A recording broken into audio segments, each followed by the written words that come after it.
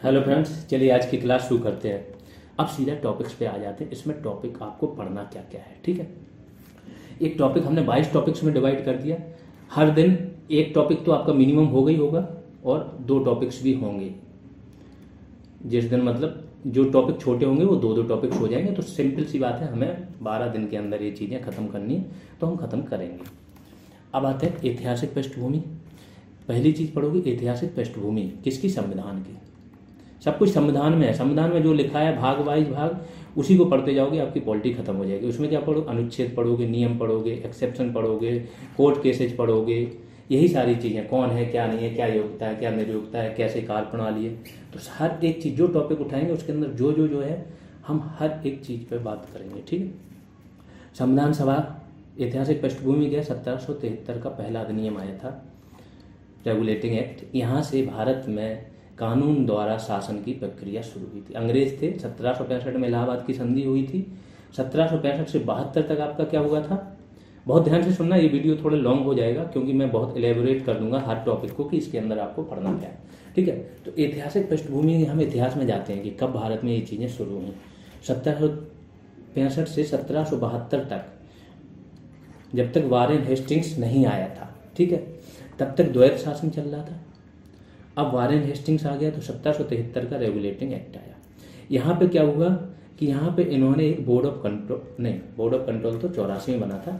यहाँ पे इन्होंने बोल दिया कि जो वित्त मंत्री है और विदेश मंत्री हैं, इनको आपको रिपोर्ट करना होगा। कंपनी के जो प्रशासनिक काम है और राजस्व कार्य, उनको अलग कर दिया था इन्होंने। प्लस कलकत्ता में एक सुप्रीम कोर्ट का निर्माण किया था। इतनी सी चीज़ें हुई थी और बंगाल के गवर्नर को गवर्नर जनरल ऑफ बंगाल बोला गया। ये सारी चीज़ें हिस्ट्री में बहुत डिटेल में पढ़ोगे, आपको चूंकि कनेक्ट करना है तो बता रहा हूँ। फिर 1784 विलियम पिट्स यहाँ के क्या थे? पीएम थे ब्रिटेन के, तो पिट्स इंडिया एक्ट आया था। फिर धीमे धीमे आते गए थे, तो जो इम्पोर्टेंट है 1813 का है वो पढ़ोगे, 1833 का है, 53 का है। तो 1858 में 57 में क्या हुआ था? स्वतंत्रता संग्राम हो गया था, तो 58 में आया था गवर्नमेंट ऑफ इंडिया, वो पढ़ोगे। फिर 61 का कानून पढ़ोगे। इसके बाद 1909 का इंपॉर्टेंट है, वो देखोगे। 1919 का जो आपका मॉन्टेग्यू चेम्सफोर्ड है वो देखोगे। 1935 आखिरी अधिनियम होगा। इस अधिनियम के ही 70% पोर्शन इन्होंने संविधान में ले लिए। तो संविधान में ये सारे अधिनियम के कुछ कुछ पोर्शन आपको पढ़ने इंपॉर्टेंट कब थे? जब आप यूपीपीसीएस दे रहे हो। इसमें भी हम हल्का हल्का आइडिया आपको दे देंगे जब टॉपिक वाइज शुरू करेंगे चीज़ें, ठीक है। लेकिन मेनली मैंने क्या बताया कि मेनली आपका कोर्स यहाँ से शुरू होगा। ये तो मैंने इसलिए बता दिया कि आपकी एक कनेक्टिविटी बने। अब दूसरा आपका है संविधान सभा। संविधान सभा यहाँ पे सुन लेना हर एक चीज़, और जो मैं बोलता हूँ उसको नोट जरूर करते जाना। 10 दिन आप अपनी जो ओवर स्मार्टनेस है उसको अलग रख लेना, उसको तब लागू करना जब इतना आप कवर करते चले जाओ। जो मैं बोल रहा हूँ उसको नोट करते जाना, चाहे जितने आपने मेंस दिए हों, कुछ फर्क नहीं पड़ता है, क्योंकि यहाँ पे जिस तरीके से चीज़ें कराई जाएंगी ना, वो अपने आप में एक अलग होंगी, ठीक है। तो 10 दिन तक मेहनत कर लोगे। पॉलिटी उसके बाद कहीं पढ़ने की जरूरत नहीं होगी। यूपीएससी भी करना है तो सिर्फ और सिर्फ आप थोड़े डीप में जाओगे, हल्के से। और यूपीएससी भी पॉलिटी बहुत अच्छी, एक भी क्वेश्चन गलत नहीं होगा और तो भूल जाओ। तो संविधान सभा की बात कर रहे हैं। संविधान सभा पढ़ोगे जब, तो उसके पहले एक अंतरिम सरकार बनी थी जवाहरलाल नेहरू के एक नेतृत्व, मतलब ये विदेश मंत्री भी थे और राष्ट्रमंडल मामले भी देखते थे जवाहरलाल नेहरू। तो एक अंतरिम गवर्नमेंट देखेंगे किसके पास क्या पद था। जैसे सरदार पटेल थे, गृह मंत्री थे, संचार मंत्री थे, है ना। श्रम मंत्री थे आपके कौन? बाबू जगजीवन राम। जो मीरा कुमार है, मीरा कुमार जो अपने स्पीकर रही हैं, लोकसभा की पहली महिला स्पीकर थी, तो उनके डैडी थे वो। तो इस प्रकार से पूरी अंतरिम सरकार में 8-9 जो मेन मंत्री हैं वो देखेंगे। इसके बाद संविधान सभा। तो संविधान सभा के लिए कब मांग हुई? 1934 में एम.एन. रॉय थे, उन्होंने सबसे पहले मांग की। वहाँ से देखेंगे। फिर 35 में कांग्रेस मांग कर देगी। फिर धीमे धीमे इसके लिए क्रिप्स मिशन 1942 में आएगा, वो फेल हो जाएगा। फिर 1946 में कैबिनेट मिशन आएगा। फाइनली ये संविधान सभा बनाएगा।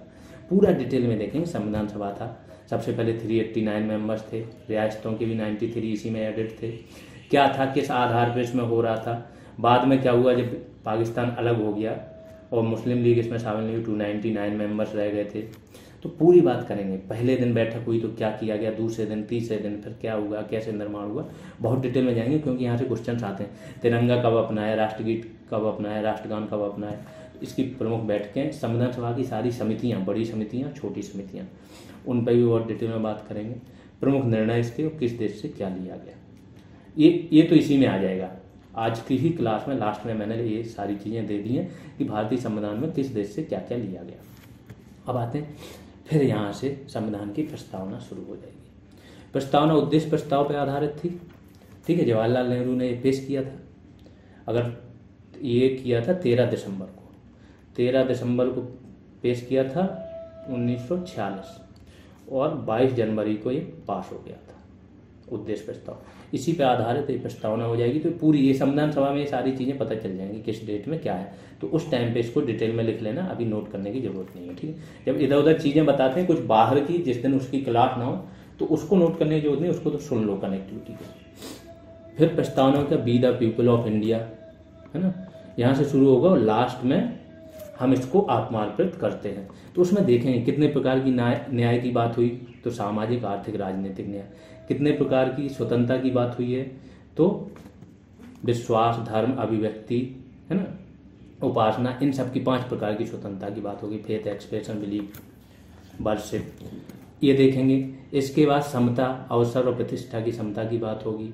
बंधुता एकता अखंडता कब जोड़े गए कब नहीं, धर्मनिरपेक्ष कब जोड़ा गया, समाजवादी कब जोड़ा गया, कौन से संशोधन द्वारा। इस पर कुछ 1-2-4 केस देख लेंगे। केस हल्का सा बता देंगे कि जब से पहले बेरुवारी संघवाद आया उसमें कोर्ट ने प्रस्तावना के बारे में क्या बोला, गोलकनाथ बाद में क्या बोला, इसके बाद ये 78 वाला आपका मेनका गांधी केस आया उसमें क्या बोला।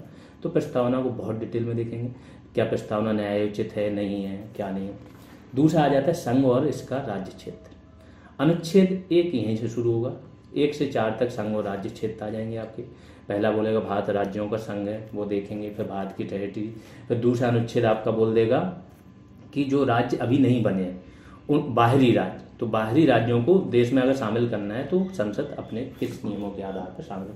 फिर जो राज्य ऑलरेडी देश का पार्ट हैं तो नए बनाना, उनकी सीमा परिवर्तन करना, नाम परिवर्तन करना, वो किसका, केंद्र का या संसद का अधिकार है, तो किस तरीके से। फिर चौथा अनुच्छेद है कि ये 368 के तहत संशोधन है। ऐसे करके चलेंगे। फिर आपके 5 अनुच्छेद से लेके 11 तक आपका नागरिकता हो जाएगा। एक एक चीज, कितने प्रकार से नागरिकता आ सकती है और कितने प्रकार से नागरिकता जाती है, क्या है क्या नहीं, कौन से नागरिक हैं। फिर आ जाता है मूल अधिकार। मूल अधिकार होते क्या हैं, अधिकार क्या होते हैं। तो यहाँ पे देखोगे कि अधिकार वो तर्क संगत दावे होते हैं जो क्या राज्य जिसको एक्सेप्ट करता है या कानून द्वारा एक्सेप्टेड होते हैं। तो तर्क संगत दावे, अब तर्क संगत तो है लेकिन राज्य अगर एक्सेप्ट नहीं कर रहा है तो अधिकार नहीं माने जाएंगे। तो राज्य मतलब देश, तो राज्य को एक्सेप्ट भी करना है और प्लस कानून द्वारा उनको मान्यता भी देनी। फिर अधिकार में आपके 12 से लेके 35 तक पूरे मूल अधिकार है। 12 में आपका क्या दिया गया है, राज्य की परिभाषा यहाँ पे दे दी है। 12 में बोला है कि जो संविधान द्वारा संविधान के किसी प्रावधान द्वारा बनी हुई संस्थाओं अधिकारियों, दूसरा संसद द्वारा, संसद के किसी राज्य विधानमंडल स्थानीय निकाय या फिर सरकार द्वारा फंडेड, ठीक, पर्याप्त फंड मिला हो या सरकार के अधिकारों का जो प्रयोग कर रहा हो, तो ये सब राज्य की परिभाषा में आते हैं। इसमें आया था कि बीसीसीआई क्या राज्य के अंडर में आता है कि नहीं आता है, एनसीईआरटी, तो ये दोनों नहीं आते थे, ठीक है। बाद में जब आरटीआई के अंदर सुप्रीम कोर्ट में गया था कि इनको आरटीआई के अंदर लाओ, आरटीआई में है कि जो राज्य की परिभाषा के अंतर्गत आते हैं लोग, ऐसा कुछ था उसका कि लोक सेवक के अंदर आते हैं, तो उनको क्या करना है आपको कि वो आरटीआई के अंदर आएंगे। फिर जब सारे देख लोगे, जब मूल अधिकार आप देखोगे तो 12 हो गया। 13 देखोगे, 13 में क्या है कि वो जो मूल अधिकारों से भिन्न है या मूल अधिकारों को जो अल्प करते हैं, सीमित करते हैं, वैसे कानून शून्य होंगे, चाहे वो स्वतंत्रता के पहले वाले हो चाहे बाद में बने। तो इसमें अलग है, सेपरेबिलिटी है, इक्लिप्स है, वो चीज़ें उस मात्रा तक शून्य हो जाएंगी। रूढ़ी हो चाहे वो प्रथा हो चाहे वो, ये डिटेल में पढ़ेंगे। फिर इसके बाद 14 आ जाएंगे, right to equality, all are equal before law. फिर 15 पे आ जाएंगे कि 15 में क्या है कि सार्वजनिक स्थानों पर धर्म, जाति, मूलवंश, लिंग और जन्म स्थान, इन 5 जो हैं उनके आधार पर भेदभाव नहीं किया जाएगा। फिर 16 में, तो 15 में मैं शिक्षा के लिए जो रिजर्वेशन होता है 15 में मोदी गवर्नमेंट को जब ये EWS देना था तो इसमें भी संशोधन किया गया था। फिर 16वां देखेंगे, 16वां रोजगार में आरक्षण की बात करेगा, आर्टिकल 16। 17 देखेंगे, 17 क्या है आपका, टचेबिलिटी, अनटचेबिलिटी को खत्म करेगा। अनटचेबिलिटी मतलब अस्पृश्यता, छुआछूत वगैरह। 18वां टाइटल्स को खत्म कर देगा। 19वां आपका क्या है, अभिव्यक्ति की स्वतंत्रता वाले सारी चीजें हैं, है ना। तो 19वां देखेंगे। फिर 20वां भी आपका क्या है, 20 में 3 है, नो एक्स फैक्टो लॉ, मतलब आपने जुर्म अभी किया है तो उस टाइम पे, जिस टाइम जुर्म किया उस टाइम पे अगर जो कानून है उसी के तहत सजा मिलेगी। नो डबल जीओपार्डी, 2 बार किसी एक जुर्म के लिए 2 बार सजा नहीं। तीसरा है उसी का ही पार्ट है जो 20 का, कि आप खुद के प्रति किसी भी व्यक्ति को खुद के खिलाफ गवाह बनने हेतु मजबूर नहीं किया जाए। इसमें एक केस आया था सेल्वी वाला, सेल्वी वाले केस में बोला गया था कि जो नार्को टेस्ट होता है उसमें तो व्यक्ति को बोला जाता है, उसी से ही एक्सेप्ट करा लिया जाता है। तो फिर कोर्ट ने बोल दिया था कि नार्को टेस्ट आपके मान्य नहीं होंगे कोर्ट में, इसका तो सिर्फ जांच एजेंसियां क्या करेंगी, प्रयोग कर सकती हैं आगे की जांच में सहायता करने के लिए। जैसे किसी ने बताया कि हाँ मैंने मारा, तो नार्को टेस्ट में पूछ लिया कि आपने ये मारा, जिस हथियार से मारा वो कहाँ डाला, तो नार्को टेस्ट में वो बता देता है, वो अनकॉन्शियस रहता है, तो वो हथियार को जब्त कर लेंगे तो वो सबूत मिल जाएगा, वो काम आ जाएगा। लेकिन नार्को टेस्ट में जो उसने वीडियो पे एक्सेप्ट किया वो नहीं मानेगी कोर्ट कि हाँ इसने एक्सेप्ट कर लिया था तो हम माने। इस प्रकार से देखेंगे कुछ एक केस वगैरह। अब ये चीज़ें लग रही होंगी इतनी ब्रॉड है, कैसे होंगी, नहीं बड़े आराम से हो जाएंगे, टेंशन मतलब मैंने इसका बड़ा अच्छे से शॉर्ट फॉर्म बना रखा है। पर जितना बोलता जाऊँ समझते जाना, आपका लेवल बोल ला के रख देंगे कि आप उन लोगों के सामने बैठ के डायरेक्ट बात करोगे जो अपने आप को बहुत बड़े महारत ही समझ रहे हैं और दिन भर चैट करते रहते हैं, दिन भर इधर उधर ये क्वेश्चन गलत है, नहीं मैंने ये कर लिया, वो 10 दिन में ही आपका अलग ही चीज़ें चेंज हो जाएंगी, वो भी 10 दिन के अंदर। फिर राज्य के नीति निर्देशक तत्व देखेंगे 36 से लेकर 51 तक है, एक एक नीति निर्देशक तत्व देखेंगे हम। 36 में बात करेगा कि राज्य की परिभाषा वही है जो कहाँ दी गई थी 12 में। 37 में बोलेगा कि ये आपके प्रवर्तनीय नहीं है, तो ये बताएंगे। एक सप्रूव कमेटी बनी थी 1944 में, इसने बोला था कि 2 टाइप के अधिकार होने चाहिए, एक होने चाहिए आपके कौन से, न्यायोचित जो मूल अधिकार होगा, एक गैर न्यायोचित होने चाहिए। तो इसी आधार पर आपके नीति निर्देशक तत्व आपके क्या गैर न्यायोचित हो गए और वो आपके मूल अधिकार न्यायोचित हो गए। ठीक, मूल अधिकार आपके यूएसए के संविधान से लिए गए, ये किससे लिए गए नीति निर्देशक तत्व, आयरलैंड के से। आयरलैंड ने भी इसको कहाँ से लिया था, स्पेन से। तो ये सारी चीज़ें डिटेल में पूरे एक एक नीति निर्देशक तत्व पे बात होगी। 37 से लेकर 38 में जैसे बोला है कि जो राज्य है वो असमानताओं को दूर करने की बात करे। 39 में आपके पूरे आपके साम्यवादी जो सामाजिक हैं वो अधिकार हैं, समान न्याय, निःशुल्क विधिक सहायता 39A में आ जाएगी, समान कार्य के लिए वेतन आ जाएगा। पहले 39A जो आप 39 है वो बोलेगा कि स्त्री और पुरुषों को आय के अर्जित करने के समान अवसर उपलब्ध कराएगा राज्य। तो एक एक उस पर बात करेंगे। बालकों के लिए है 41, 42, 44 गांधी जी वाला है, जो 40वां है गांधी जी वाला कि जो गांव है उनको क्या करना है, स्वशासन का केंद्र बनाए, इसलिए पंचायती राज अधिनियम आए, ये सब वो बहुत डिटेल में देखेंगे। फिर आ जाते हैं जब मूल अधिकार आपको मिले हुए हैं तो कुछ आपके कर्तव्य भी बनते हैं, क्योंकि अधिकार और कर्तव्य एक दूसरे के पूरक होते हैं। वेदों में भी रित की अवधारणा है, तो इस तरीके के कर्तव्य देखेंगे। तो ये कर्तव्य वाला कब आया, 1976 में। 1976 जब इमरजेंसी लगी थी तो इंदिरा गांधी एक स्वर्ण सिंह कमेटी बनाई थी। इसको बोला था कि अतीत के जो आधार हैं, अनुभव हैं, उनके आधार पे आप कुछ रिकमेंडेशन दो, संविधान में क्या परिवर्तन। तो इन्होंने बहुत सारे रिकमेंडेशन दिए थे, बहुत सारा संशोधन हुआ था। इसको मिनी कॉन्स्टिट्यूशन भी बोला जाता है, 42वां 42nd कॉन्स्टिट्यूशनल अमेंडमेंट एक्ट को। तो इन्होंने ही वो एक मूल कर्तव्य जोड़ने की भी बात की थी। इसको USSR उस टाइम था जो रूस वाला है, वो पूरा USSR था, तो इससे लिया गया था, इससे प्रेरित था। इससे इन्होंने करके बोला था कि 8 जो है मूल कर्तव्य जोड़ो और अगर इनको ना माने तो दंड की बात की थी, लेकिन फाइनली 10 जोड़े गए थे और दंड जैसी कोई बात नहीं हुई थी। फिर संविधान का संशोधन, ये संविधान का संशोधन लास्ट का पार्ट है, वो हम बाद में देखेंगे। 368 वाला है। 3 प्रकार से संविधान संशोधन होता है, एक सामान्य होता है, दूसरा होता है आपका 2/3 बहुमत, और तीसरा होता है 2/3 बहुमत तो चाहिए प्लस आधे राज्य जो है 1/2 राज्य हैं वो अपनी विधानसभा में भी पारित करें, जैसे GST को किया गया था। तो तीनों पे बात करेंगे, कब क्या है, कौन सी चीज़ का क्या किया जाता है। जैसे आपका ये है संघ और राज्य क्षेत्र, तो जब इसका परिवर्तन करते हैं तो ये आपका 368 के अंतर्गत नहीं आता है, मतलब ये संविधान संशोधन माना ही नहीं जाता है। इसको संसद द्वारा सामान्य बहुमत से पारित कर दिया।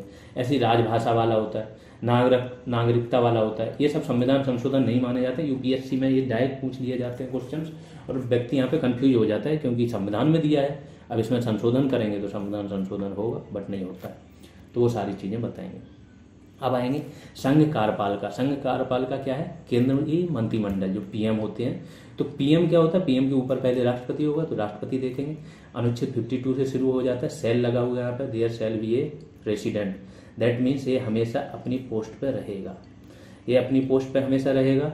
तो उस पर बाद फिर 52 के बाद जितने भी इसके हैं योग्यता संबंधी देखें, महाभियोग देखेंगे, 61 देखेंगे जो महाभियोग है, 58 में योग्यता संबंधी बातें की गई हैं राष्ट्रपति के पद से, उनको तो जो जो इम्पोर्टेंट अनुच्छेद होगा एक भी नहीं छोड़ेंगे, कम से कम नहीं तो 150 से 200 अनुच्छेद आ जाएंगे। एक बात ध्यान रखना, ये चीज़ें 2 साल, किसी व्यक्ति को 2 साल भी पढ़ता रहे हवा नहीं लगती है। अगर आपकी 1 से 1.5 महीने में ये चीज़ें हो रही हैं, मेहनत बहुत ज़्यादा करनी पड़ेगी, कर लो, इतना कर लोगे कोई भी एग्जाम देने जाओगे ना, कोई भी यूपी पीसीएस से लेके जैसे एसएससी वाले हैं ना, उनके लिए तो इतना बड़ा अमृत साबित होगा कि वो टॉपर हो जाएंगे। क्योंकि आपके प्री और मेंस में क्या जीएस आने लगी है 25 नंबर, सिर्फ 1.5 महीने की ये तैयारी कर लो। अगर आप एसएससी वाले हो, जो भी जहाँ पे भी जीएस आता है, आप यहाँ पे 22 नंबर से 20-22 नंबर से कम कभी लाओगे ही नहीं स्टैटिक जीके में। तो और जिनके भी जीके आती है, नहीं अभी एग्जाम दे रहे हो कोई बात नहीं, ये जीएस पढ़ लो, बहुत भला होने वाला है लाइफ में। नौकरियां जो अभी लगती है ना बहुत भारी हैं, फिर ये लगोगे कि खुद चूज करने लगोगे, ये नौकरी मुझे नहीं चाहिए, ये चाहिए। तो ये चीज़ हो गया। और दूसरी चीज़ और सब स्टूडेंट को बोलना चाह रहे हैं कि ये आप लोगों का कर्तव्य बनता है इस चीज़ को कि हर अच्छे व्यक्ति के पास और जो नीडी स्टूडेंट है उसके पास ये चीज़ पहुँचे। तो जो भी आपके आसपास हैं आप इस चीज़ को जरूर बताओ, इस चैनल के बारे में बताओ, इस ऐप के बारे में बताओ, वहाँ तक पहुँचे। देखो चीज़ें अच्छी पहुँचने से आप इनसिक्योर मत होइए, आप मेहनत कर रहे हो, आपका हो गई होगा, इनसिक्योर होने की बात नहीं है। लेकिन अच्छी पहुँचने से क्या होगा, आपके लिए आगे चीज़ें बेटर हो जाएंगी। अगर बहुत सारे लोग जुड़ते हैं तो हम क्या करेंगे, स्टूडियो बना देंगे रूम पर ही। इसका कम से कम 5 से 6 लाख रुपए खर्च आता है स्टूडियो बनाने का। लेकिन स्टूडियो हो जाएगा तो फिर सारी चीज़ें आपकी क्या होगी कि ये सब आपने कर लिया, प्रीलिम्स की आपकी तैयारी हो चुकी है, मेंस की होगी तो इस बार तो आप दोगे नहीं यूपी पीसीएस का प्रीलिम्स। लेकिन इतना मैं श्योर बोल रहा हूँ, इतना पढ़ने के बाद अगले साल आप प्रीलिम्स देने से रुकोगे नहीं।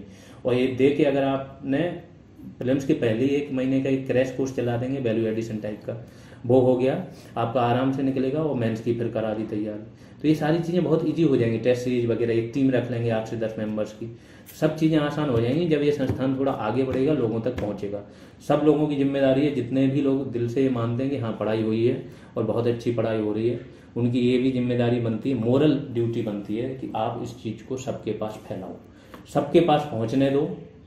इससे आपको बहुत बेटर चीज़ें मिलेंगी। हो सकता है आप यहाँ पे अभी पीसीएस का भी नहीं सोचो, पीसीएस सोचो, आगे और सोचो। और हाँ, हम आपको हर उस स्टेज तक ले जा सकते हैं जो यहाँ पे मैक्सिमम लेवल ऑफ एग्जाम होता है।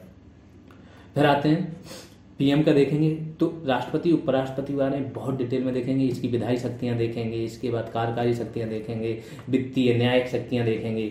जो राष्ट्रपति क्षमा करता है, उपहार प्रतिलंबन करता है इसका किसी भी सजा का, है ना। तो सजा के बारे में सारी चीज़ें देखेंगे कि ये क्या करता है, प्रविलंबन, क्षमा, लघुकरण, विराम, हर एक चीज़ का मतलब क्या होता है, कितनी क्षमा माफ कर सकता है। उपराष्ट्रपति का देखेंगे, जब राष्ट्रपति नहीं होते हैं तो उपराष्ट्रपति क्या करते हैं। उपराष्ट्रपति का पद इन्होंने कहाँ से लिया, यूएसए से। राष्ट्रपति को एज ए सर्वोच्च कमांडर सेना का बनाया गया, वो भी यूएसए से प्रेरित थे। तो वो सारी चीज़ें देखेंगे। फिर पीएम का देखेंगे, पीएम की सारी शक्तियाँ क्या है, कैसे क्या करता है, किसको चुन सकते हैं, क्या राष्ट्रपति किसी को पीएम चुन सकता है, पीएम को राष्ट्रपति क्या बर्खास्त कर, बहुत डिटेल में आप जान जाओगे। और फिर मंत्रिमंडल, मंत्रिमंडलीय समितियाँ। फिर आ जाएगा राज्य कार्यपालिका। तो जो अपन संघ कार्यपालिका केंद्र के स्तर पर देखेंगे, वही राज्य के स्तर पर देखेंगे, राज्यपाल देखेंगे। राज्यपाल का विवादित पद देखेंगे, क्यों है विवादित पद। अनुच्छेद 200 देखेंगे, अनुच्छेद 200 के तहत ही राष्ट्रपति के लिए आरक्षित कर देता है। तो वो सारी चीज़ें। फिर सीएम का देखेंगे, मुख्यमंत्री का, केंद्र द्वारा, केंद्र की शक्तियाँ, इनकी शक्तियाँ, तो हल्का सा आपको अंतर भी पता चल जाएगा क्या है। फिर केंद्रीय विधायिका, विधायिका और कार्यपालिका में अंतर है। विधायिका होता है जहाँ कानून बनाए जाते हैं, मतलब संसद। कार्यपालिका होती है वो कानून को लागू करती है। कार्यपालिका मतलब सरकार। संसद और सरकार अंतर है। संसद में आपके विपक्ष भी आ जाता है और हर चीज़ आ जाती है। तो केंद्रीय विधायिका में आपके संसद, जिसमें लोकसभा और राज्यसभा, राष्ट्रपति भी इसका भाग होता है संसद का। तो लोकसभा देखेंगे, राज्यसभा देखेंगे। ये देखेंगे कि लोकसभा के अनुच्छेद के तहत आ रही, राज्यसभा के अनुच्छेद के तहत आ रही।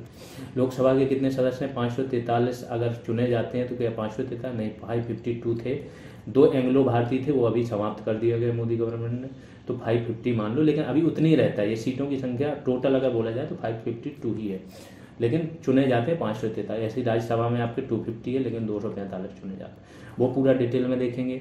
दोनों की कार्यप्रणाली, कौन से बिल होते हैं, बिल कैसे आया जाता है, शून्यकाल कब होता है, प्रश्नकाल कब होता है, इसके बाद अल्प सूचना के प्रश्न, तारांकित प्रश्न, अतारांकित प्रश्न, इसके बाद निंदा प्रस्ताव कैसे होता है, अविश्वास प्रस्ताव कैसे पारित होता है, और भी जितने प्रस्ताव हैं, प्रस्ताव होता क्या है ना, संकल्प क्या होता है, कैसे स्पीकर कैसे कार्य करता है, स्पीकर चुना कैसे जाता है, हटता कैसे, बहुत डिटेल में हर एक चीज़ देखेंगे।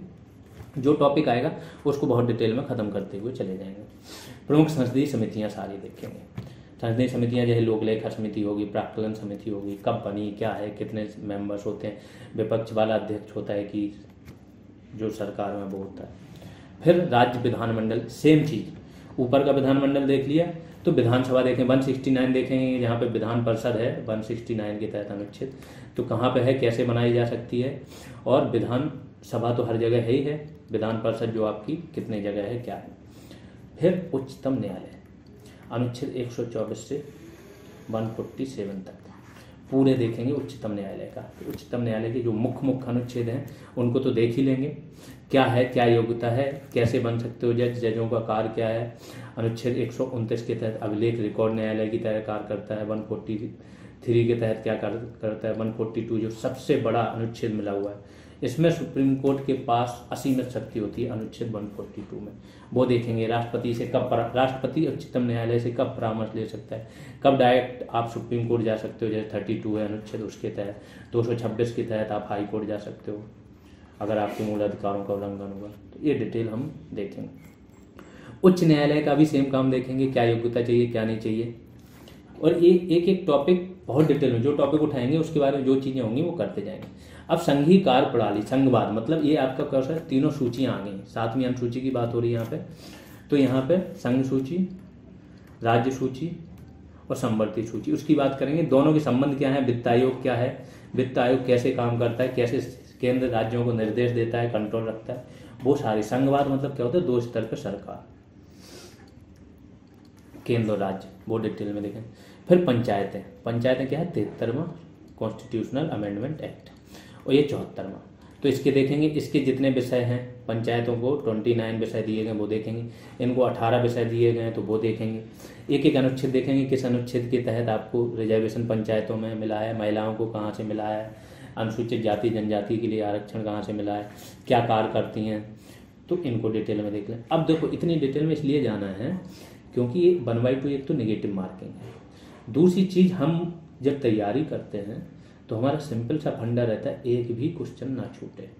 हम उस एक क्वेश्चन के लिए फाइट करते हैं जो बाकी लोग छोड़ देते हैं। 70% तक तो हर लोग सोच लेता है, जैसे कुछ दिखा नहीं रहे थे कि देखिए इन सर से ये भी आया वो आया। अरे आप एक एक क्वेश्चन दिखा के क्या करोगे, 10 क्वेश्चन 20 मिल गए, 50 मिल गए, चलो 70 मिल गए, 70 से सिलेक्शन थोड़ी हो रहा था।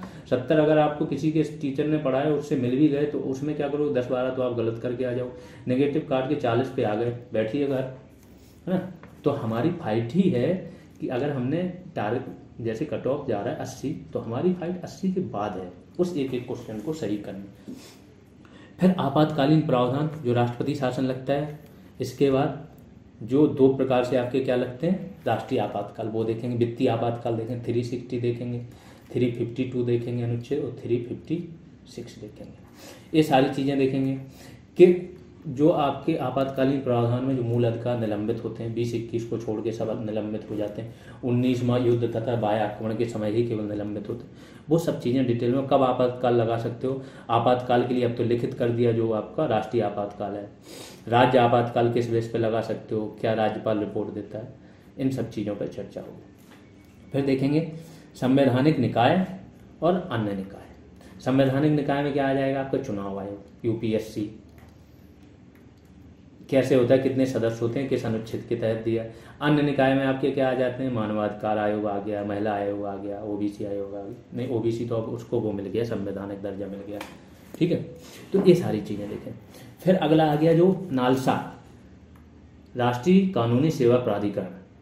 ये नालसा की स्थापना हुई थी 1987 के आसपास। तो नालसा ने बहुत सारी चीज़ें की हैं, वो देखें। लोक अदालतें, राष्ट्रीय कानूनी सेवा प्राधिकरण, और भी चीज़ें होती हैं, पंचायत अदालतें, न्यायालय, परिवार न्यायालय, तो वो सब देखें कैसे कार्य करते हैं, क्या क्या। फिर जनजातीय क्षेत्रों का प्रशासन, जो आपने पेशा एक्ट पढ़ा होगा, एक तो पेशा एक्ट है, दूसरा यहाँ पे स्वायत्त परिषदें होती हैं। तो स्वायत्त क्षेत्रीय परिषदें देखेंगे कैसे कार्य करती हैं। तो 5वीं और 6वीं अनुसूची में आ जाएगा कि 5वीं अनुसूची में, 6वीं अनुसूची में असम, त्रिपुरा, मेघालय, मिजोरम ये आएंगे, तो इनको देखें। और लास्ट में देखें राजनीतिक दल, क्योंकि हाल ही में क्या हुआ, आम आदमी पार्टी आप, इसको क्या मिला है, राष्ट्रीय पार्टी का दर्जा मिला है। और जो आपकी 2-3 पार्टी थी जैसे टीएमसी हो गया, एनसीपी हो गया, इनका क्या है, इन्होंने छीन लिया है राष्ट्रीय पार्टी का दर्जा। तो ये पता होना चाहिए कि कितने वोट शेयर हों तब वो राजनीतिक दल राष्ट्रीय पार्टी बनता है, कितने राज्यों में अगर वो राज्य पार्टी हो गई तो राष्ट्रीय पार्टी बन जाएगी। तो इस पर हल्का सा चर्चा कर लेंगे और फाइनली यहाँ पे आपका खत्म हो जाएगा पॉलिटी। इन 22 टॉपिक में ही सारी चीज़ें समाहित आ जाएंगी। अगर ये पढ़ लिया तो बहुत मूल कर्तव्य एक उसी में आ जाएगा जो मैंने श्रवण सिंह कमेटी तो बताया, तो उसमें सारे मूल कर्तव्य, अनुसूचियाँ सारी अलग से करा देंगे कि पहली अनुसूची क्या बात करती है, दूसरी क्या करती है। तो फाइनली आपका यहाँ पे पॉलिटी खत्म हो जाएगा। अब इसमें हल्का सा मैंने डेटा तो दे दिया, ऐतिहासिक पृष्ठभूमि की बात तो कर ही लेते हैं आज क्योंकि क्लास है। तो देख लेते हैं क्या है। ब्रिटिश 1600 ईस्वी में ईस्ट इंडिया कंपनी के रूप में व्यापार करने आए, सबको पता है। महारानी ने एक चार्टर दिया था, जाइए व्यापार कीजिए। एक प्राइवेट कंपनी थी, 24 इसमें डायरेक्टर थे,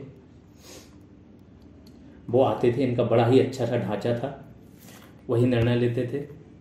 तो यहाँ पे आए, जब यहाँ पे आए तो धीमे धीमे कर्नाटक वार्स इनके फ्रांसीसियों के साथ हुए, यहाँ से युद्ध शुरू हो गए। और इन्होंने सोचा कि क्यों ना भारत में प्रशासन के साथ साथ प्रशासन पे भी कब्जा जमाएं, ठीक है, व्यापार तो ये कर ही रहे थे। तो जब हिस्ट्री पढ़ेंगे तो पूरा डिटेल में एक बेहतरीन समझ बन जाएगी कि क्यों आए थे, क्या था। पहले वाणिज्यवादी इनकी मानसिकता थी, बाद में ये बन गई कि हम जो है व्यापार लाभ अपने पक्ष में कर लें, फिर बन गई नहीं यहाँ पे हमें कब्जा करना है।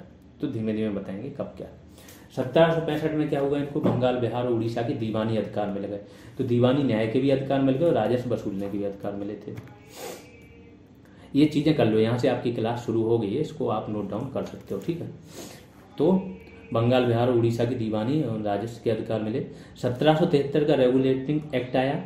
ये क्या है, प्रथम लिखित कानूनी दस्तावेज था। ये मैंने बोला हिस्ट्री में बहुत डिटेल में होगा तो यहाँ ज़्यादा करने की जरूरत है नहीं, ठीक। तो प्रथम लिखित कानूनी दस्तावेज था, जैसे मैंने बताया। बंगाल का गवर्नर जनरल नामक एक वारेन हेस्टिंग्स को बनाया। कलकत्ता में 1774 में उच्चतम न्यायालय की यहाँ से स्थापना हुई और एलिजा एम्पे करके एक व्यक्ति थे, एलिजा एम्पे, उनको सुप्रीम कोर्ट का जज बनाया गया इसी टाइम पे। फिर 1774 का पिट्स इंडिया एक्ट, यहाँ पे क्या बना दिया था इन्होंने, बोर्ड ऑफ कंट्रोल और कोर्ट ऑफ डायरेक्टर, दो चीज़ें बना दी। बोर्ड ऑफ कंट्रोल क्या है, अब कंपनी का हेड हो गया, यही कंट्रोल करता था। इसमें वित्त मंत्री, विदेश मंत्री रहते थे। फिर 1813 का अधिनियम आया। यहाँ पे क्या किया था, पूरा व्यापार पे अभी तक इनका एकाधिकार रहता था। 1813 में इनको चाय और चाइना को छोड़ के इन्होंने व्यापार पे एकाधिकार खत्म कर दिया था। शिक्षा के लिए 1 लाख रुपए की व्यवस्था की थी। मिशनरीज को बोल दिया था, क्योंकि अभी सुन लो, कथाएं सुन लो, बाद में हर एक चीज़ और ज़्यादा डिटेल में आएगी, ठीक। 1813 की बात करें, चीन के साथ व्यापार और चाय को छोड़ के एकाधिकार समाप्त कर दिया था। इसके बाद इन्होंने शिक्षा के लिए 1 लाख की व्यवस्था की। मिशनरीज को बोल दिया, जो मिशनरी थी ईसाई मिशनरी, इनको बोल दिया कि आप जाके भारत में धर्म प्रचार कर सकते हो परमिशन लेके। अब उन्हीं के अधिकारी हैं, परमिशन तो दे ही देंगे। इसीलिए अब देखते हो ना, भारत में जनजाति क्षेत्रों में इन्होंने बहुत बड़े पैमाने पर धर्म परिवर्तन कराया। नागालैंड की जनसंख्या पता करना, 95% से ज़्यादा क्रिश्चियन है यहाँ पे, और सभी आदिवासी जनजाति क्षेत्र हैं। फिर 1833 में आए तो जो एकाधिकार में चाय और चाइना वाला कॉन्सेप्ट था वो भी खत्म कर दिया। अब इनका एकाधिकार सिर्फ ईस्ट इंडिया कंपनी है खत्म। अब कोई भी यूरोपियन और ब्रिटेन की कंपनी आके यहाँ व्यापार कर सकती थी खास तौर से। तो यहाँ पे ये हो गया। और भी बहुत सारी चीज़ें की इन्होंने कि रंग भेद वगैरह ये खत्म कर देंगे। दास प्रथा खत्म करने की बात यहीं पे कर दी थी, लेकिन 1843 में खत्म हुई थी वो। तो यहाँ पे ये सारी चीज़ें हो जाएंगी बहुत, कि हम इतना % राजस्व देंगे कंपनी को, ऋण पे वगैरह बहुत सारी चीज़ें इन्होंने। यहाँ पे लॉर्ड मैकाले के तहत एक विधि सदस्य बनाए, विधि आयोग बना इसी की अध्यक्षता में, और विधि सदस्य भी एक अस्थायी जोड़ा गया। यहाँ पे उसी विधि सदस्य को स्थायी कर दिया गया 1853 के चार्टर एक्ट में। और यहाँ पे क्या हुआ कि 1857 का स्वतंत्रता संग्राम हो गया तो ये कंपनी का शासन खत्म और ताज का डायरेक्ट शासन शुरू हो गया। फिर अलग अलग अधिनियम आया। 1858 का अधिनियम आया, उसमें कुछ आया। 61 में गवर्नर जनरल जो था उसको अध्यादेश जारी करने की शक्ति दी। पोर्टफोलियो सिस्टम शुरू किया गया। विधायिका में जो निर्वाचित सदस्य हैं उनकी संख्या बढ़ाई गई। ये सारी चीज़ें यहाँ पे शुरू हो गई थी। यहाँ पे 53 में क्या किया था, 6 सदस्य आपके अस्थायी सदस्य जोड़ सकते थे, पार्षद जो परिषद है वो। 1892 में काम हुआ। 1909 का मार्ले मिंटो सुधार इंपॉर्टेंट है, क्योंकि यहाँ से क्या हुआ, कम्युनल मतलब सांप्रदायिक आधार पर इन्होंने वोटिंग की, पृथक वोटिंग की राइट दे दी है कि मुस्लिम मुस्लिम को वोट करेगा, हिंदू हिंदू को वोट करेगा, ऐसे करके। 1919 में इस चीज़ को और बढ़ा दिया, मॉन्टेग्यू चेम्सफोर्ड सुधार था कि ऐसा होगा। राज्यों में यहाँ पे क्या हो गया, द्वैध शासन लागू हो गया। हस्तांतरित विषय 2 टाइप के विषय हो गए। केंद्र में विधायिका द्विसदनी 1919 में ही हो गई थी। तो बहुत डिटेल में इनका भी देखेंगे। यहाँ पे जो ये था कि हिंदू और मुस्लिम एक दूसरे वोट दे सकते हैं, यहाँ इन्होंने आगे बढ़ा दिया कि सिख जैन सबको शामिल कर लिया, सब जो है धर्म के लोग उसी धर्म के लोगों को वोट दे सकते थे। फिर आएगा भारत शासन अधिनियम, और यहाँ पे द्वैध शासन राज्यों का खत्म हो जाएगा और राज्यों में एक उत्तरदायी सरकार, दैट मीन्स लोग जो चुनेंगे उनको घोषित कर दिया। संघ बनाया, सुप्रीम कोर्ट की यहाँ पर बात होगी, और भी बहुत सारी चीज़ें हुई यहाँ पे, आरबीआई वगैरह की बात होगी। तो 1935 का बहुत ब्रॉड अधिनियम है, इसका 70% इन्होंने संविधान में ले लिया था। फिर भारतीय स्वतंत्रता अधिनियम, यहाँ पे तो स्वतंत्र ही हो गया इंडिया। अब आएंगे सर्वप्रथम, अब थोड़ा सा और डेटा ले लीजिए। ये जो डेटा वाला चीज़ है जो मैं लिखा हुआ हूँ वो आप नोट कर सकते हो। फिर अगली क्लास में जिस टॉपिक में जो आएगा, जैसे संविधान सभा की बात होगी, इसका फिर से रिपीट होगा। तो सर्वप्रथम 1934 में एम.एन. रॉय नामक व्यक्ति थे। ये क्या थे, साम्यवादी, प्रखर साम्यवादी व्यक्ति थे। साम्यवाद उस टाइम पे बहुत वैसे माने जाए, बहुत त्यागी पुरुष होते थे। लोग त्याग करते थे, जिंदगी भर अभाव में रह जाते थे। अब के जो समाजवादी इसी का ही लोकतांत्रिक रूप है। जब हिस्ट्री पढ़ोगे तो समझ में आ जाएगा कि साम्यवाद और समाजवाद में अंतर क्या। अभी इतना समझो कि साम्यवादी थोड़ा हिंसा में भी बिलीव कर लेते हैं। लोकतांत्रिक रूप से दबे कुचले मजदूरों की बात करना समाजवाद हो जाता है। वही तो जो समाजवाद वाली पार्टियां इंडिया में, दैट मीन केवल समाजवादी पार्टी की बात नहीं हो रही, समाजवाद वाली बहुत है, आरएलडी, जेडीयू, ये सब समाजवाद से ही निकली हुई पार्टियां हैं। तो ये जो पार्टियों की इस टाइम कार्य प्रणाली है, उस टाइम के जो नेता थे ना, बहुत अंतर। पहले के नेता पूरे अभावग्रस्त जिंदगी काट देते थे। बंगाल में अभी जाओ, ज्योति बसु वगैरह है, इनको कि इनकी अलग ही उच्च कोटि का समाजवाद होता था इन लोगों का। तो 1934 में एम.एन. रॉय ने संविधान सभा बनाने का सुझाव दिया। 1935 में कांग्रेस ने पहली बार संविधान सभा के गठन की बात की। फिर 1938 में पंडित नेहरू ने घोषणा की कि स्वतंत्र भारत के संविधान का निर्माण क्या होगा, वयस्क मताधिकार के आधार पर चुनी गई संविधान सभा के द्वारा किया जाएगा। जबकि फिर बाद में ऐसा नहीं हुआ था। जो संविधान सभा बनी थी वो सीमित मताधिकार, वयस्क मताधिकार, वो भी अप्रत्यक्ष रूप से चुनी गई। अप्रत्यक्ष कैसे, जो राज्य की विधान परिषदें थी, उन्होंने अपने प्रतिनिधि चुन के संविधान में भेजे थे। फिर आते हैं 1942 में क्रिप्स मिशन आया, लेकिन ये फेल हो गया था। गांधी जी ने इसको बोल दिया था उत्तर दिनांकित चेक। 1946 में कैबिनेट मिशन आया, थोड़ा सही आए थे। इन्होंने योजना रखी, 2 संविधान सभा वाला इन्होंने जो प्रस्ताव था वो खत्म कर दिया। बोले 2 संविधान सभाएं तो नहीं बनेंगी। हाँ, मुस्लिम लीग की जो भी प्रॉब्लम्स थी, इन्होंने अधिकतर उनको संतुष्ट कर दिया था, तो वो भी शामिल हो गए थे। और फरवरी 1946 में अंततः क्या हुआ, ये आया था, और बाद में फिर संविधान सभा आपकी बनी। अब नवंबर से बैठकें शुरू हो गई थी। 9 दिसंबर 1946 को संविधान सभा की पहली बैठक होगी, फिर 11 को होगी, फिर 13 को होगी। तो इस तरीके से फिर बैठकें शुरू हो गई। किस देश से क्या लिया गया, ये आपके लिए इंपॉर्टेंट है, इसको नोट जरूर कर लेना। यूके से क्या लिया गया, देखो यूके ने हम पे इतने साल तक शासन किया। 1773 से ये लोग कानून द्वारा हमें शासन कर रहे थे, तो हमें भी हर चीज हम सीख ही रहे थे। ये कहीं ना कहीं इनका योगदान भी है। तो विधि का शासन, कानून का शासन, कानून निर्माण की विधि, राष्ट्रपति सांकेतिक प्रमुख। वहां पे क्या है, उनका क्वीन रहती थी, अब तो राजा आ गए, किंग चार्ल्स। तो क्वीन क्या है, सांकेतिक प्रमुख है।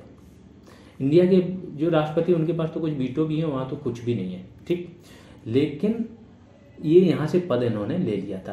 लेकिन ये क्या होता है, मोनार्की है यहाँ पे। मोनार्की मतलब ये चुन के नहीं आ रहा, वंशानुगत रूप से आ रहा है राजा। वो भारत का गणतंत्र, गणतंत्र का मतलब होता है कि जो राष्ट्र प्रमुख होगा, हेड, वो चुन के नहीं आएगा।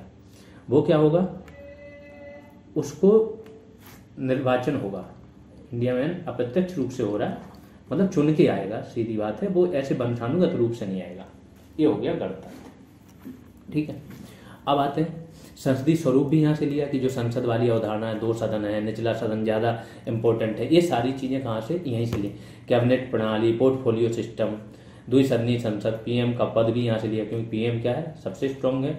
कार्यपालिका में गवर्नमेंट, हेड ऑफ गवर्नमेंट होता है, निचला सदन अधिक शक्तिशाली। ये सारी चीज़ें इन्होंने कहाँ से, यूके के संविधान से उठा ली। फिर यूएसए से आते हैं। यूएसए का संविधान दुनिया का पहला लिखित संविधान था, तो हमने भी इनसे ले लिया लिखित संविधान। प्रस्तावना, जो प्रस्तावना है वो भी हमने इन्हीं से लिए, वो प्रस्तावना डाली। मौलिक अधिकार वाला काम इन्हीं से ही किया। राज्यसभा के पदेन अध्यक्ष के रूप में उपराष्ट्रपति, जो उपराष्ट्रपति होता है वहाँ का भी उपराष्ट्रपति जो होता है, सीनेट का क्या होता है, पदेन अध्यक्ष होता है, तो ये भी यहाँ से इन्होंने लिया। एक चीज़ और ली, जो राष्ट्रपति होता है तीनों सेना का सैन्य कमांडर होता है, वो भी यहाँ से लिया है, राष्ट्रपति एज अ सैन्य कमांडर। इस चीज़ को, एक एक चीज़ को नोट करते जाना, ठीक है। अब आते हैं उच्चतम न्यायालय, न्यायिक स्वतंत्रता, न्यायिक पुनर्विलोकन या न्यायिक समीक्षा जिसको बोलते हैं, ये सारी चीज़ें इनने यूएसए से ही ली हैं। यूएसए का सुप्रीम कोर्ट बहुत मजबूत है, सुप्रीम कोर्ट तो भूल जाओ, यूएसए के हर कोर्ट मजबूत है। अभी देखें ना, ट्रंप को एक जिला कोर्ट ने बुला लिया था, एक जिला कोर्ट ने ट्रंप को, पूर्व राष्ट्रपति को बुला लिया। सोचो, यहाँ कोई जिला कोर्ट तो भूल जाओ, हाई कोर्ट भी पूर्व प्रधानमंत्री को बुलाने से पहले कई बार सोचता है, ठीक है। तो न्यायपालिका की स्वतंत्रता और न्यायिक समीक्षा। फिर यूएसएसआर, सोवियत संघ जो था, सोवियत यूनियन, तो उससे क्या हुआ, इससे सिर्फ और सिर्फ मौलिक कर्तव्य लिए थे जो सोरेनसन कमेटी ने रिकमेंडेशन दिए थे उसके बाद। ऑस्ट्रेलिया से संवर्ती सूची, संवर्ती सूची जानते हो, जिसपे केंद्र और राज्य दोनों क्या कानून बना सकते हैं, वो थी संवर्ती सूची। प्रस्तावना की भाषा, दो प्रस्तावना लिया तो अमेरिका से, लेकिन इसकी भाषा क्या होगी ना, वो ऑस्ट्रेलिया से ली गई, तो ये इंपॉर्टेंट है, ये याद रखना। व्यापार और वाणिज्य की स्वतंत्रता, ये बहुत इंपॉर्टेंट है, व्यापार और वाणिज्य की स्वतंत्रता। ये देखो आर्टिकल 19 पे चले जाओ, आर्टिकल 19 में क्या है आपका, अभिव्यक्ति की स्वतंत्रता है ना। शांतिपूर्ण निरायुध सम्मेलन, दूसरा 19(2) पे जाओ तो। फिर संघ बनाना, 19(3) पे चले जाओ। फिर चौथा, कहीं भी घूमने फिरने की, आबाद संचरण की सब, इसमें थोड़े ही प्रतिबंध है। जो घूमने फिरना है तो जनजाति क्षेत्र, SC ST क्षेत्र, ST क्षेत्र जो होते हैं जनजाति क्षेत्रों में आप पे प्रतिबंध लगाए जा सकते हैं। और इसके लिए तो जो इनर लाइन परमिट होता है, जो आप नॉर्थ ईस्ट के राज्य में जाते हो ना, मणिपुर वगैरह में, इनर लाइन परमिट लेना पड़ता है, देश के अंदर ही एक टाइप का वीजा लेना पड़ता है घूमने के लिए, ठीक है, क्योंकि वो जनजाति क्षेत्रों वाला प्रतिबंध लगा है। इसके बाद कोई भी कहीं पे भी बस जाने की भी स्वतंत्रता है, यहाँ पे भी प्रतिबंध है जनजाति क्षेत्र। प्रतिबंध तो 19 जो आपका है स्वतंत्रता का अधिकार, तो इसमें हर एक उस पर आर्टिकल 1 पे भी है कि सदाचार, लोक व्यवस्था, न्यायालय की अवमानना, इनके आधार पर प्रतिबंध लगाए जा सकते हैं, ठीक है। तो बस जाने, और जो आखिरी आपका 19 का पोर्शन, वो है कोई भी आजीविका वृत्ति अपना लेने की स्वतंत्रता। आप कोई भी आजीविका के लिए अपनी वृत्ति, व्यापार अपना सकते हैं। और व्यापार वाणिज्य की स्वतंत्रता एक ऐसा वेश होता है जिसके लिए अगर राज्य ने कोई विधेयक पारित किया और स्वतंत्रता ये बाधित हो रही, तो राज्यपाल क्या है, राष्ट्रपति के लिए ये विधेयक आरक्षित कर सकता है। तो इम्पोर्टेंट है, देश इसी से चलता है। फिर जापान, विधि द्वारा स्थापित प्रक्रिया।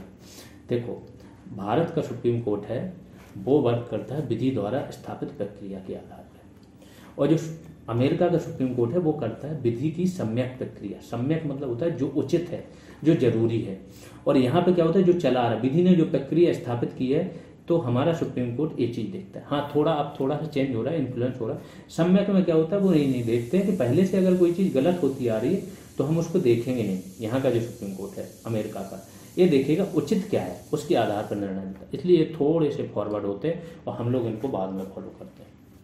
फिर आते हैं जर्मनी। जर्मनी का वाइमर गणराज्य था, एक थोड़ी सी स्टोरी बता देते हैं। यहाँ पे एक वाइमर गणराज्य था, कब बना था, जब वर्साई की संधि हुई थी 1918 में। क्या हुआ, ये हार गए जर्मनी प्रथम विश्व युद्ध। फिर वर्साई की संधि हुई, उसके बाद पेरिस की संधि हुई। तो इस संधि में जो पेरिस शांति सम्मेलन हुआ उसके बाद, तो यहाँ पे इन्होंने जो लोग जीते थे उन्होंने यहाँ पे एक वाइमर गणराज्य बना दिया। उन्हीं से ही संधि पे क्या हस्ताक्षर करा लिया। ये बड़ा ही अनपॉपुलर हुआ था और इसी ने ही आपातकाल के दौरान मौलिक अधिकारों के निलंबन की चीजें बना दी कि आपातकाल के दौरान मौलिक अधिकार निलंबन होंगे। इन्होंने अपने संविधान में डाला और हमने यहीं से ले लिया। अब कनाडा पे आते हैं। कनाडा से जो हमने संघीय व्यवस्था है ना, ढांचा, कि राज्य क्या है, राज्य भी हो, केंद्र भी हो, शक्तियों में विभाजन हो, लेकिन केंद्र मजबूत हो, प्लस अवशिष्ट शक्तियां, जो अवशिष्ट वो होती हैं जिनका कहीं वर्णन ना हो, किसी सूची में वर्णन ना हो, वो अवशिष्ट हो गई। ये किसके पास हो, केंद्र के पास। अब ये इतनी चीजें, यही बोले कॉन्सेप्ट अगर आप पढ़ भी लोगे ना, कॉन्सेप्ट कोई दे नहीं पाएगा। कितने भी अच्छे टीचर के पास चले जाओ, या तो वो यूपीएससी वाला होगा, उसी विषय का होगा, वो भी हर विषय का, तो कोई कितना भी बेस्ट टीचर हो नहीं दे पाएगा, ठीक है। तो अवशिष्ट शक्तियां कहाँ हैं आपके, केंद्र में। ये सब कहाँ से लिया? कनाडा से। आयरलैंड से क्या लिया? नीति निर्देशक तत्व। नीति निर्देशक क्या है? राज्य को, देखो ये न्यायोचित नहीं होते, राज्य को एक प्रकार के निर्देश दिए गए कि आप इस प्रकार की विधियां बनाइए, ऐसे देश का भला होगा। तो ये आर्थिक और सामाजिक न्याय के लिए पूरे काम होते हैं नीति निर्देशक तत्व के। कल्याणकारी राज्य की स्थापना भी डीपीएसपी ही करते हैं। तो ये कहाँ से लिया गया है? लिया है इन्होंने आयरलैंड से। लेकिन आयरलैंड किससे प्रभावित था? स्पेन के संविधान से। राष्ट्रपति के निर्वाचन की विधि आयरलैंड से ली गई है। राष्ट्रपति का निर्वाचन कैसे होता है?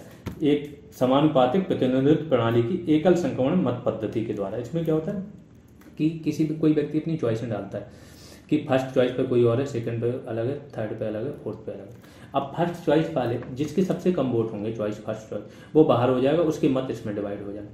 फिर जिसके सबसे कम होंगे फिर बाहर हो जाएंगे, ऐसे करके फाइनल ये बंदा जीतेगा। तो ये होती है समानुपातिक मत पद्धति। इसमें चॉइसेज होती है, इसमें एक आदमी को वोट नहीं देते हो, इसमें आप प्रायोरिटी डालते हो, फर्स्ट कौन पे है, सेकंड कौन है, थर्ड कौन है। फिर राष्ट्रपति द्वारा राज्यसभा के सदस्यों का नामांकन। राष्ट्रपति 12 ऐसे सदस्य जो होते हैं इनको राज्यसभा में नामांकित करता है जो खेल, कला, विज्ञान, साहित्य, समाज सेवा इससे जुड़े हुए हों। तभी देखिए रेखा को राज्यसभा का सदस्य बनाया गया, कला से रिलेटेड थी वो। फिर दक्षिण अफ्रीका से अनुच्छेद 368 की विधि ली गई कि संविधान में संशोधन वाली विधि। फ्रांस से गणतंत्र, स्वतंत्रता, समानता और बंधुत्व वाले विचार लिए गए, क्योंकि सबसे पहले ये विचार फ्रांस में ही आए थे। नागरिक शब्द भी फ्रांस की ही देन है, पहले नागरिक और राष्ट्र जैसी बात ही नहीं थी। फ्रांस में ये सब आया, राष्ट्रवाद, क्रांति, नागरिक, और यहीं से स्वतंत्रता, समानता, बंधुत्व वाली बात। यहाँ पे आपकी पहली क्लास एंड होती है। कल से आपकी मतलब आज शाम में ही आपकी एक दूसरी क्लास आ जाएगी जो संविधान सभा की पूरी बात करेगी, क्या हुआ, कौन कौन सी समितियाँ थी, कब बना, कब कौन सा निर्णय लिया गया, डिटेल में। ऐसे ही हम 1 बाई 1 टॉपिक उठा के, किसी 2 टॉपिक उठा के आगे बढ़ते जाएंगे और 10 से 12 दिन में आपका पूरा समाप्त कर देंगे। स्टार्टिंग से ही नोट बना लेना। जो भी व्यक्ति हैं उनको बता रहा हूँ कि आप एक clean note A4 size paper पे, प्लेन पेपर वाला नोट बना लेना। जो लोग स्टार्टिंग के 5 दिन कैच कर लिए वो आगे इस रेस में हमेशा आगे रहते हैं। किसी भी पढ़ाई का सबसे बढ़िया रूल ये होता है, शुरुआत में जाओ, अखंड मेहनत कर लो। जो पढ़ाया एक एक शब्द याद कर लो। आज जो बताइए ना, एक एक शब्द, सन, डेट याद कर लो। हो सकता है दिन रात याद करना पड़े, शुरुआत में मेहनत लगेगी। ऐसे 5 दिन कर लोगे, फिर इतनी चीज़ें लगने लगेंगी, इतनी आसान लगने लगेंगी कि सब चीज़ें कनेक्ट कर पाओगे एक दूसरे से। तो शुरुआती 5 दिन मेहनत करो, नोट में एक एक चीज़ डालो, जो बोली गई वो भी नोट करो, सारी चीज़ें, और पढ़ाई शुरू कर दो।